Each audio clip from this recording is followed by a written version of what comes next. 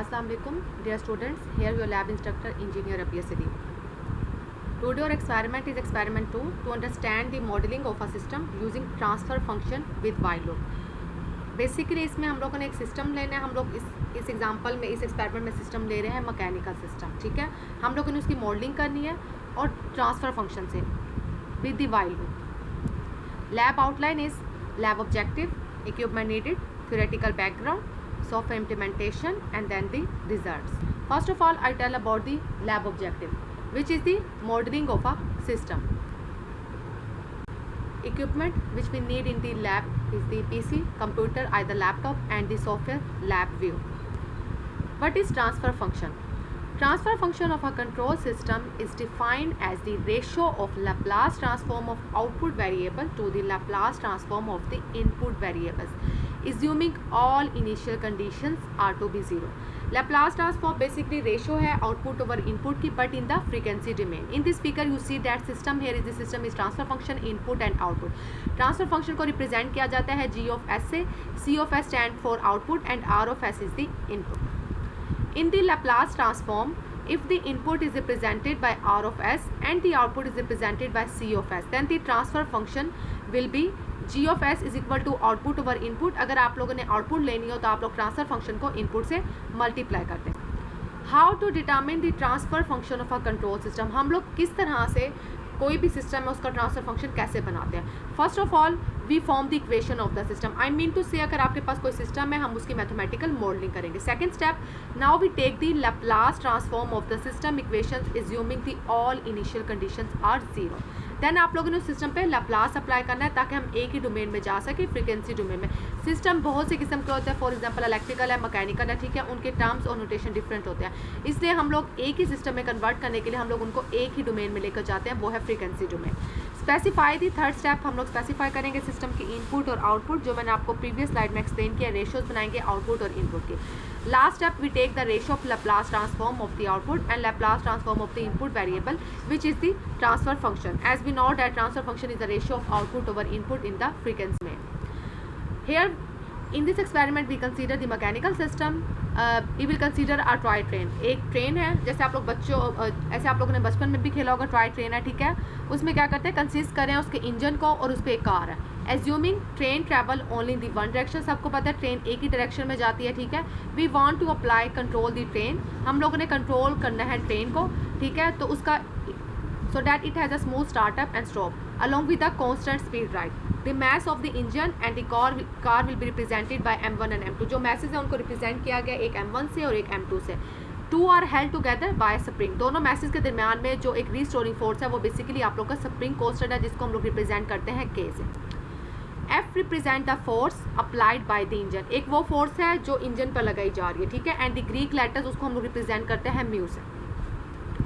Here it is the free body diagram of our mechanical system which is the train system. The system can be represented by the free body diagram. Here the two masses, जैसे मैंने आपको previous slide में explain किया, एक train का है एक car का, M1 and M2.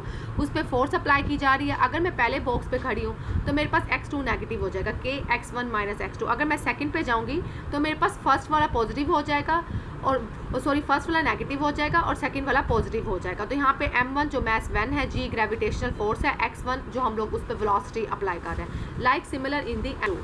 Here from the Newton law we say that the sum of forces acting on a mass equal the mass time its acceleration.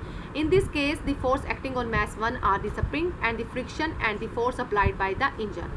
The force acting on M2 are the spring and the friction. दोनों masses के दरमियान में एक restoring force है जो tension create कर रही है, वो है आप लोग का spring. In the vertical direction the gravitational force को हम लोग cancel करते हैं by the normal force applied by the ground, so there will be no acceleration in the vertical direction. सिर्फ जो भी forces अप्लाई करूँगी वो horizontal पे होंगी और जो मेरे पास equations आ रही होंगी वो भी horizontal पे आएंगी. vertical पर क्यों नहीं आएंगी, क्योंकि gravitational force हम लोग की cancel कर रही है normal force को. Here सिंपल द इक्वेशंस हम लोग ये किस तरह से लेते हैं. मैस है जो मेरे पास बेसिकली ट्रेन का है, x1 है, ये इस पर दो डबल डॉट है, इट्स मीन डबल डेरिवेटिव है, ठीक है. हम इसको मैथ्स में इस तरह से भी रिप्रेजेंट करते हैं, आप लोग का दिल करता है तो आप x स्क्वायर भी लिख सकते हैं. फोर्स जो अप्लाई की जा रही है के जो स्प्रिंग की वजह से दोनों मैसेज के दरमियान है। अगर मैं पहली जगह पे खड़ी हूँ तो x1 माइनस x2 हो जाएगा, माइनस पहले जो मैच पे वो एक्ट करिए ग्रेविटेशनल और x1। सेकंड मैच की हम लोग लेंगे m2, x2 इट्स में डबल डेरिवेटिव है k, यहाँ पे x2 माइनस x1 आ जाएगा, ठीक है। यहाँ पे आप लोग इसको, अगर आप लोगों ने x1 माइनस x2 लिखना है तो आप लोगों ने k के बाहर यहाँ पे माइनस लिख देना, minus m2 and g x t। Second step में आप लोगों ने यहाँ पे लैप्लास अप्लाई किया। जैसे आप लोग लैप्लास अप्लाई करेंगे तो ये डोमेन कन्वर्ट हो जाएगी एस डोमेन में, जो मैंने इस इक्वेशंस में रिप्रेजेंट किया हुआ है। लास्ट हम लोगों ने क्या बनाना है, रेशियो बनानी है आउटपुट ओवर इनपुट की, जो मेरी यहाँ पर बन रही है, ठीक है, transfer function diagram. Here simple is a software implementation. Go to structure and select the while loop. Here right click and give the condition. Here right click and give the condition to stop. कि हम लोगों ने loop को एक दफ़ा चलाना। Then go to library, control and simulation, control design, model construction, and select the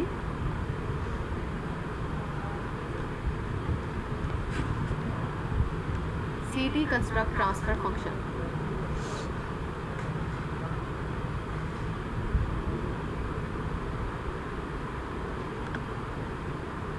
Here you select the type CISO symbolic, single input single output.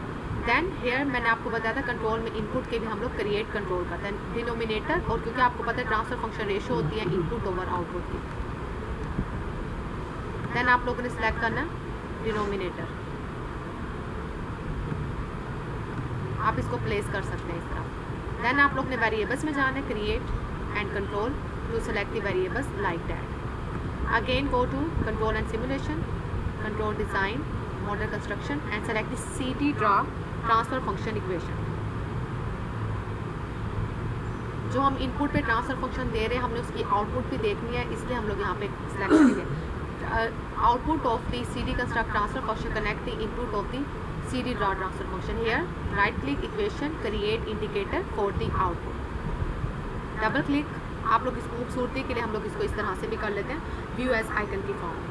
Here you see that when you place the icon in the block diagram window and show the front panel, you see that the front panel and block diagram, two windows are the synchronized.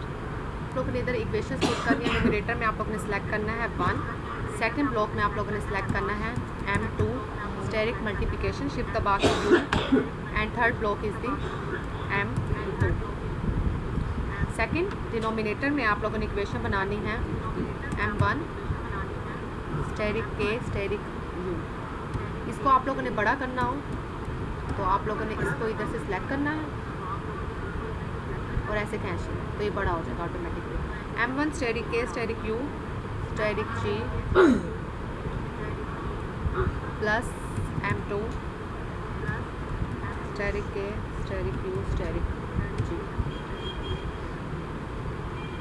अगर आप लोगों ने और बड़ा करना हो तो आप उसको इस तरह से सिलेक्ट कर लेते हैं।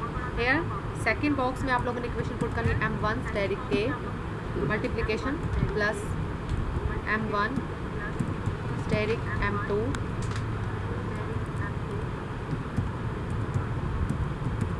m2 asterisk u, it's mean multiplication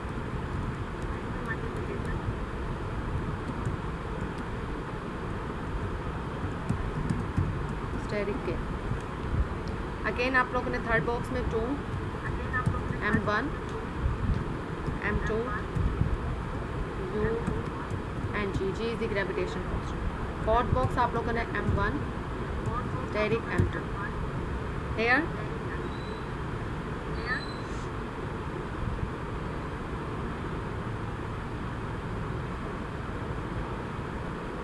now second step आप लोगों ने वेरिएबल्स को पुट करना है, आप लोगों ने इसको ओवरऑल सेलेक्ट करना है कंप्लीट, और आप लोगों ने इसको नीचे की तरफ स्क्रॉल करना है, तो आप लोग को जितने बॉक्सेस चाहिए उतने आपको इंक्रीज हो जाएंगे, जो वेरिएबल्स चाहिए। फॉर एग्जांपल मैंने यहाँ पर m1 m2 k force u and g। जी सबको पता है, आप लोग को 9.8 इसकी वैल्यू होती है, आप लोगों ने इधर प्लेस कर देनी है 9.8 and like you place the value 0.2 then force, you place the value 1, like k, m2 आप लोगों ने वैल्यू प्लेस करनी है 0.5, like m1 you place it here. Now आप इसको भी बड़ा कर सकते हैं, ठीक है, इक्वेशंस को देखने के लिए. अब आप लोगों ने इसको रन कर, ठीक है. you see that the output here is the transfer function output over input ratio.